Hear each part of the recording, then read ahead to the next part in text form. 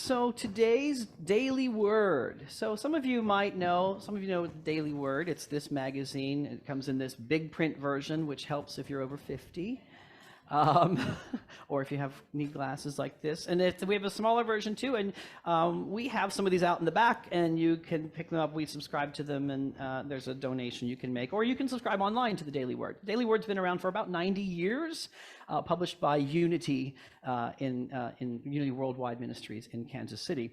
And so there's one for each day. And sometimes I choose the one that's specific for today, and sometimes I choose one from earlier in the week, or every once in a while I'll be like, oh, look at this one from 1993, and because they're great, right? So today's is harmony, right?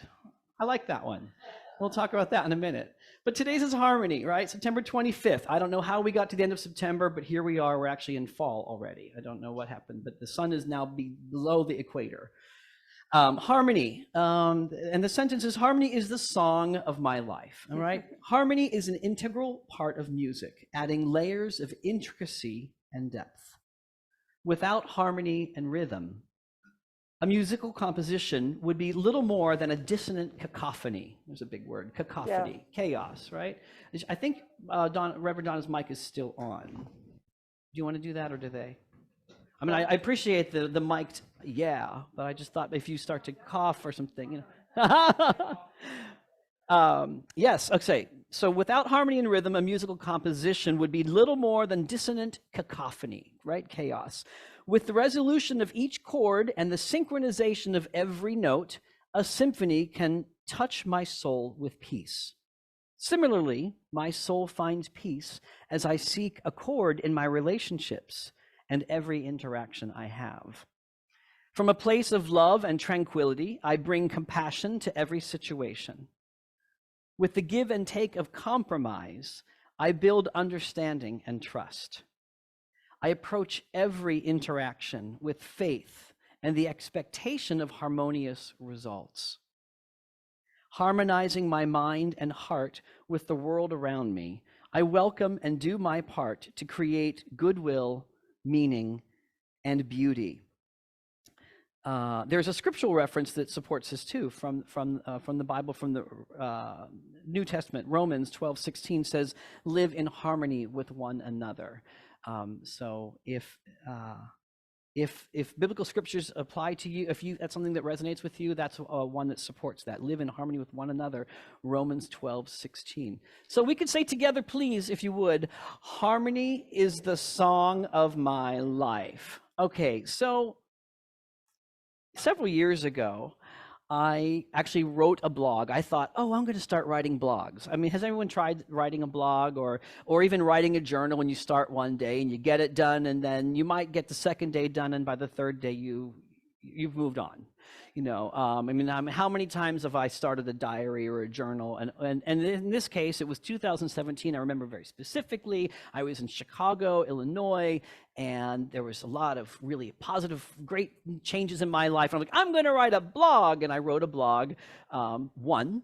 And it was on my website until about 6 months ago. It's like, I need to take this down. It's the only one that's on there. You can't call it a blog if you're not doing it every day. It's all it is like a one-time article, right?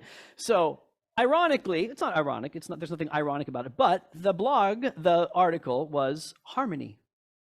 So when I looked a week and a half ago to see what the daily word was for Sunday and whether I would use it or not, or if I use a different one, harmony was right there. And so I revisited my non-blog, and wow, interesting how 5 years can go by and some things are still knocking at your door, right? Some messages you've internalized and some you've not, or so they're still knocking at your door for a reason. And I want to sort of pull apart some of the ideas. Some of the things that I wrote about were literally in this reading here.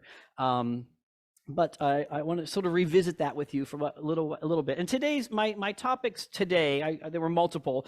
There were like 3 H's. It was like you've heard of the 4-H Club. Well, this was going to be like the 3-H Sunday, and it really is about harmony history, because this is our anniversary, and healing. I'm not sure that in our 1 hour together we're going to get to all of those. So there's always next Sunday, right? But speaking about harmony. So most of you know, if you couldn't tell, I'm a musician. Newsflash, right? Harmony is a big part of my life, obviously, and it's sort of how I've made. It's also how I've made a living all these years. But I've been a musician since I was 4 years old. I've been playing the piano as a little child and all through, and I learned to play by ear and also to read music. So thank you. And harmony, I say it's more than, there are so many types of harmony. Like we think of, if I sing a note and you sing up here, we're harmonizing together. And oftentimes we talk about harmony, a happy C major chord. A happy chord would sound like, this is going to give you, this is happy, and this is sad or scary, right? These are harmonies. This is a major harmony and a minor harmony, all right? And we're going to do a little bit of music theory here, so get out your notebooks. I promise not to make it too boring, all right? But we can sing. In fact, I remember, I'm going off my script here, but I remember when I was in high school, and my dog, Marty, she was a little tiny terrier schnauzer mix, and she got to play. She was cast as Toto in the neighboring high school's production of Wizard of Oz, right? You're right. So, and unfortunately, Marty died before opening night. It was, yeah. And I, at the time, being an immature teenager, I was friends with the girl who's playing Dorothy in the neighboring high school. Susie was her name. Susie Sacco. Hi, Susie, if you're listening. And I know you didn't kill my dog. All right, but I, as an immature teenager, we all know, how much is that doggy in the window? The one with the waggly tail, bark, bark, right? Remember that one? So I changed it to, how much is that doggy in the window? All I did was change the harmony from happy to, oh no, it's sad, right? That's the whole point of my story about Toto, about Marty. It's not about Susie Sacco or Toto, but it's just to show you that we can have a happy harmony, or we can have bad harmony. It's not really true scientifically. It's just something that we perceive as a Western culture, actually. And the notes are sounds, they are vibrations, right? A note is a vibration. That's all it is. It's air vibrating, and our eardrums interpret that as sound, right? That's how that works. It's our brain or our social conditioning that tells us that this is happy or this is sad. This is not scientifically true that one is one. And in different cultures, when they don't have Western music, that doesn't apply at all, right? And throughout time. So sometimes, and this is how why I wrote the blog I did back in 2017. I remember that day, I had a colleague who said something that I didn't particularly appreciate. Ever have that happen to you? Someone says something and you're like, wow, you just ticked me off, or we may not say that to them, but we go home and we feel like, wow, that rubbed me wrong, right? That was dissonance in my harmony, right? That was something that just didn't sit well with me. This happens in our lives. It's going to happen a lot more often than I'd like to admit. This is what happens. I'm here, right? And I'm just going through life, and I'm singing my note in life, right? And all of a sudden, my colleague comes in. Ooh, this is me. This is them, all right? So I'm like, well, no. I'm going to say me louder. And they say them louder, right? And then, no, me louder. My point, and then them louder. Wow, we're getting to a place, yeah, right? We need to stop, right? All right. Here I am. This is them. The louder I get, it doesn't fix anything, does it? And I can't control this person. I can't say you need to change your vibration, but what I can do is I can change my vibration. And I can change it again. And another breath.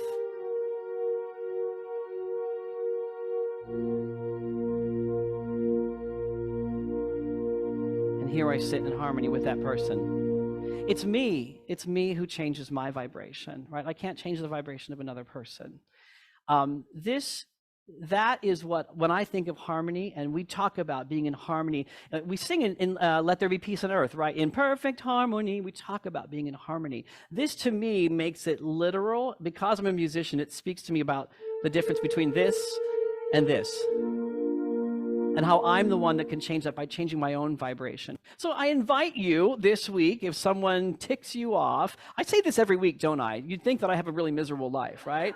Like that people tick me off weekly, but maybe there's a little truth to that. I don't know. Does anyone, people cut me off in the grocery store, or they leave a wrapper on the, on the ground. I'm like, that ticks me off, So, but what do? I have to adjust my harmony, my vibration, right? And I have to say, well, I'm going to go pick up that wrapper, because they're already gone.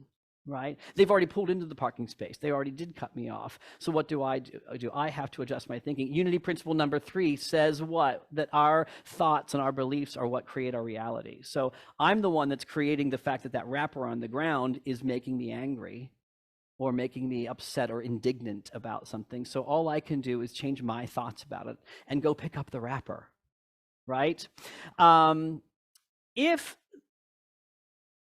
Yes. So before I entered into this part of my life, and what is this part of my life? I don't know where I'll try. But before the pandemic, let's just say that before the pandemic, some of you know my background was in theater. I was a conductor, a musician, but a conductor for Broadway shows, and in New York on Broadway, and around the country, around the world. And so I'm responsible for leading the orchestra and for teaching the cast, the singers, all their notes. This is what I do. Or did. I don't know if I'm ever going back to that or not. Who knows? But one of the things, when I was growing up, you're in a band rehearsal, orchestra rehearsal, choir, and the person next to you makes an error, or they sing a wrong note, and the first thing you do is look at them, especially because you want to make sure that the conductor up knows it wasn't you.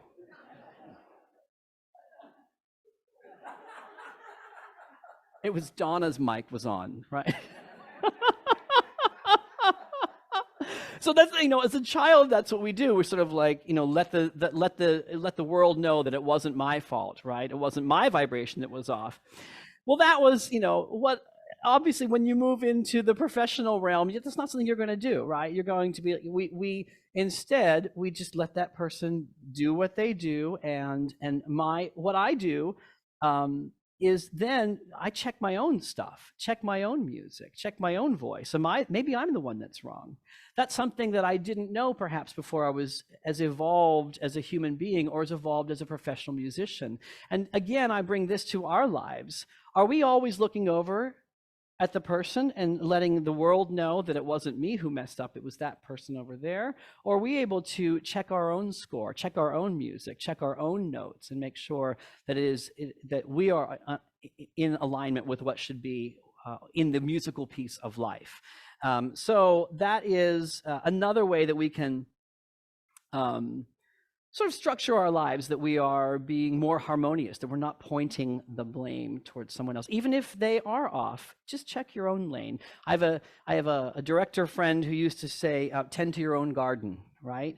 Just like, hey, your job is the tomatoes, stay out of the cucumbers, right? Your job is here to make sure that you're singing your part in life, not to correct the pitch of someone else over there. I'm going to go back to my piano here. We had enough of that dissonance, didn't we? You'll remember that this week. Ooh, all he did was play these loud notes over and over again. The final point about harmony that I want to make is, we have a newsletter called In Unison, right? That's the name of our monthly and now weekly In Unison. So unison technically is all of us singing the same note, right? We're all going to sing up here, and that's the same note. We can sing in octaves because we don't all have the same pitch, right? You can tell when I open my voice, so like I'm singing way up here in the stratosphere, and the guys are like, I can't sing up there. All right, we all have, so unison is good in music because it brings strength, it brings unity, and it brings power. When you're writing an instrumental or a choral piece, at times you'll have everyone sing the same note, and there's usually a reason for that. It's powerful, it's united, it's simple. But the truth is, not all of us have the same range, right? We can't always be in unison. And that's why there are octaves. That's why there is harmony. That's why a soprano cannot sing the same note as a bass. They cannot. They just literally physically cannot. So we have harmony on person. Harmony creates color. It creates depth. It creates beauty, expression, and cooperation. All right? So we have all those things. And we need it because it's impossible for us all to sing the same note. It's just not possible. Harmony is a beautiful thing. And we have on the piano, we have white notes and black notes, right? So you've heard, in fact, back in Mozart's day, pianos were switched. It wasn't even called a piano. Pianoforte and harpsichords and such. And so the main part of the keyboard was black, and the notes that we see as black were white at the time. That's the way it was in the 1700s, and then it switched mainly because it's a boring reason, but because of the way light shines between the white keys. You can see the separation between the white keys, and they said, "Oh, this is easier to see the difference." So it's a boring reason, but that's why, and it happened ish in the 1800s when they changed and switched them. And sometimes you can still find an old harpsichord or something, and you'll see that the main part of the keyboard is dark, and the flats and sharps are the lighter keys. And they were made at one time, as you know, of two sources, ebony and ivory, right? Ebony is a type of wood. It's a very dark wood. It's actually so dense it sinks underwater, but that's not important today. But ivory, of course, is part of a tusk, right? An elephant tusk, and that was outlawed. So we no longer make our keys on pianos of ebony, or well, ebony wood, yes, but we don't cover them with ivory any longer. And in the 1980s, there was a song written by Paul McCartney. And it was sung by Paul McCartney and Stevie Wonder, right?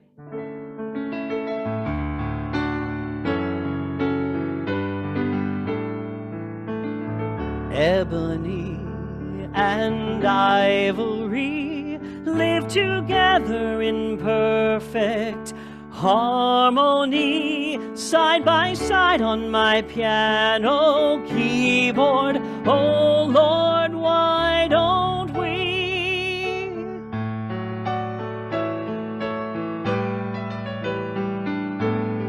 We all know that people are the same wherever we go.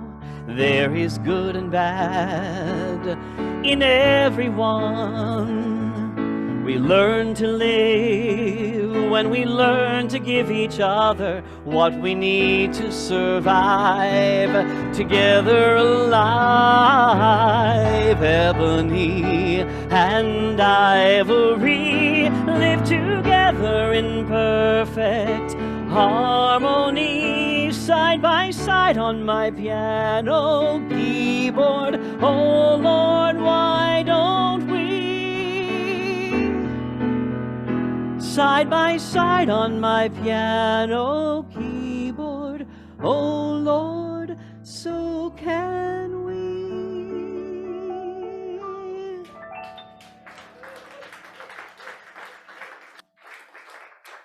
You know, I remember that song, and I remember, like, it's almost like you wanted to get your lighter out and just sway back and forth. I never really listened. It was just this really cool song. And it's the wonderful thing about moving through life and being present in the moment, is taking songs like that and digging in and saying, wow, what a message, right? I mean, so Ebony and Ivory, that is my final part of the harmony part of this message. I want to move on to the H, the second H of this morning, which is history. And this is just a brief little thing. But today, and we're going to talk much more about this in a little bit, in about 20 minutes or half an hour. But, today, as we've brought up a couple times, today we celebrate, I'm not sure if it's the actual day. Does anyone know if it's the actual day today or the 25th? Okay, it is.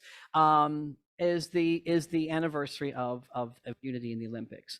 Unity in the Olympics, and I'm going to talk more about this in our fellowship hour. We'll give more details about the who's and the what's of that when we're out there having some soup later on. But just acknowledging that today is, it was 1966. A group of women actually got together in 64, and but really they met in the building for the first time in 1966, and that was 2 locations ago. And again, we'll talk more about that, but happy anniversary to Unity in the Olympics. Third H of today is healing, and we're just going to touch on this a little tiny bit. These aren't necessarily related. They're just things that came to me today, this week. I had a lot of opportunities this week for people who are going through different physical challenges and different things. And I find it really appropriate. And of course, Reverend Donna, your article in the Unison this week, hit right on it again. So I just thought it was appropriate for us to just acknowledge that there are challenges on a weekly basis, right? Some people are having heart issues or body issues of some sort, bone issues or blood vessels or skin rash or what have you. There's just so many things that are coming, and that is not the important part of what the ailment is. What is important is that we get to, again, I go back to the Unity third principle, which is our thoughts and our beliefs create our reality. So the illness may come in. The body's going to do what it's going to do. We only get to live for, is it 103 years, 101 years? 100 and we've got someone hitting 90 in October, and someone hit 89 last week, and 101, and but we get about a century, right? We get that, and somewhere along the line, whether it's when you're 17 or whether you're 77 or what have you, things are going to happen. That's just part of biology, right? But our thoughts are something that we do have control over, or we can take control over. Sometimes we think, I can't control my thoughts. Well, yes, you can. It's just really stopping right where you are and getting rid of the negative ones. That's the first thing. Stop the negative chatter. Stop the monkey mind. That's a phrase that in Buddhism we talk about, the monkey mind, just the chatter. That's the very first step. Stop the chatter of, I'm sick, I'm ill, I'm in pain, blah, blah, blah, blah, blah, blah, blah, blah, blah, or I inherited this, or that's the first thing we can always do, right? And then we have to go to affirmative. Reverend Donna wrote today, this week, focus the attention on wholeness, health, and well-being. Hold the knowing in mind and heart that healing is happening now. Even when it may appear that health is not the fact. Even that's what our mind is, that monkey mind is telling us. Even when it may appear that health is not the fact, hold the thought and the belief that healing is happening now. Let this be your new mantra. These are wonderful words from Reverend Donna. Thank you. Let this be your new mantra.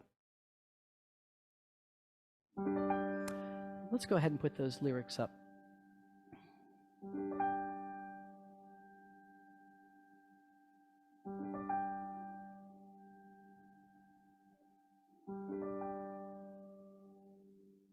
I am healthy and whole. My body is sacred. I create the conditions of wellness within. I am healthy and whole. My body is sacred. I create the conditions of wellness within. I am healthy and whole. My body is sacred. I create the conditions of wellness within. I am healthy and whole. My body is sacred. I create the conditions of wellness within. Our bodies are sacred, right? We are part of God. We are part of the divinity. We are made in the image. Our bodies are sacred. And we believe that we are healthy and whole. That's how we create the conditions of wellness within. I change these sometimes.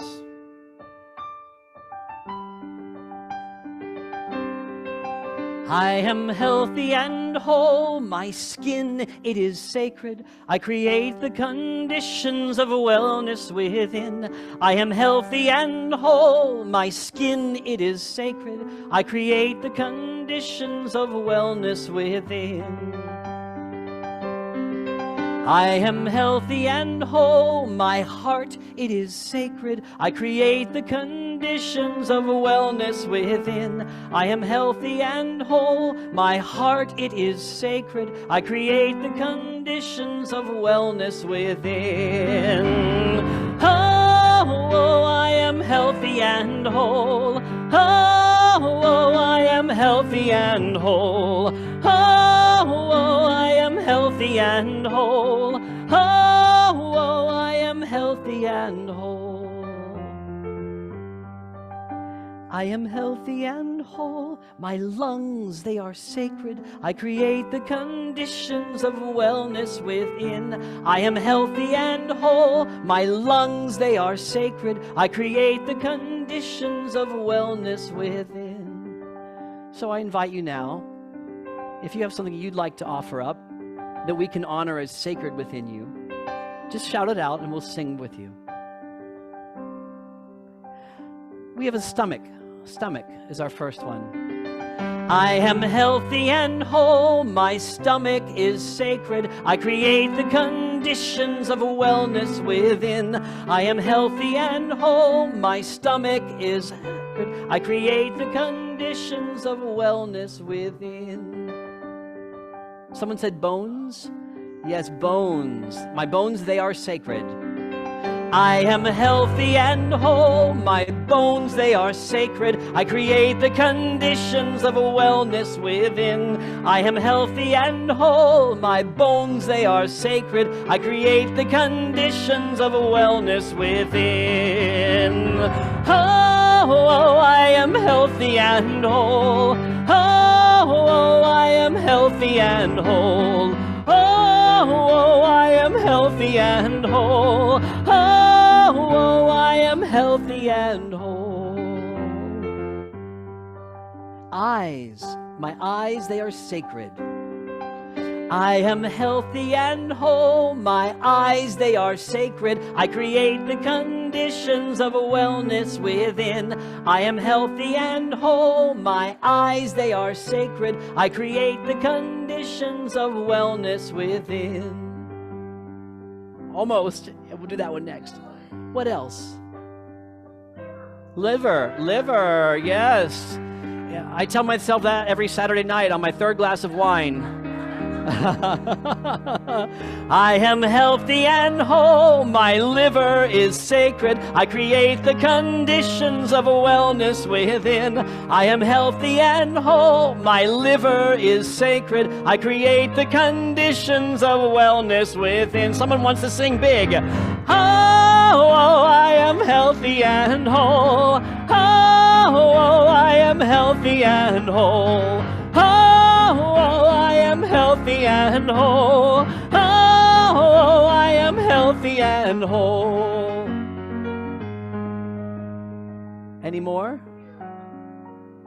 Oh, feelings. I am healthy and whole, my feelings are sacred. I create the conditions of wellness within. I am healthy and whole, my feelings are sacred. I create the conditions of wellness within. I'm going to throw in thoughts. I am healthy and whole, my thoughts, they are sacred. I create the conditions of wellness within. I am healthy and whole, my thoughts, they are sacred. I create the conditions of wellness within. A nose. My nose, it is sacred. Hey, that matters in allergy season, right? I am healthy and whole. My nose, it is sacred. I create the conditions of wellness within. I am healthy and whole. My nose, it is sacred. I create the conditions of wellness within. One more. Nerves. Oh, a good one. Nerves. My nerves, they are sacred. I am healthy and whole. My nerves, they are sacred. I create the conditions of wellness within. I am healthy and whole. My nerves, they are sacred. I create the conditions of wellness within. Oh, I am healthy and whole. Oh, I am healthy and whole. Oh, I am healthy and whole. Oh, I am healthy and whole. Oh, I am healthy and whole. Oh, I am healthy and whole. Oh, I am healthy and whole. Oh, I am healthy and whole. Join me in a place of alignment.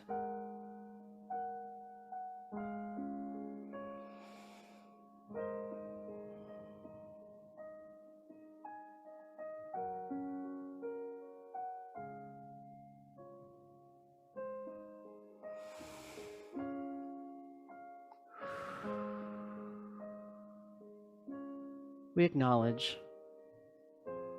that there is one power and one presence. That power is all good. That power is order. That power is divinity. And we acknowledge that we are a part of that. There is only one power, and there are so many infinite numbers and particles of that power. We each are a part of that infinity. When we say there is one power, it's not an exclusive one, it's an all-encompassing one. It is unity. And all of the different parts create a beautiful harmony to create one sound. One love.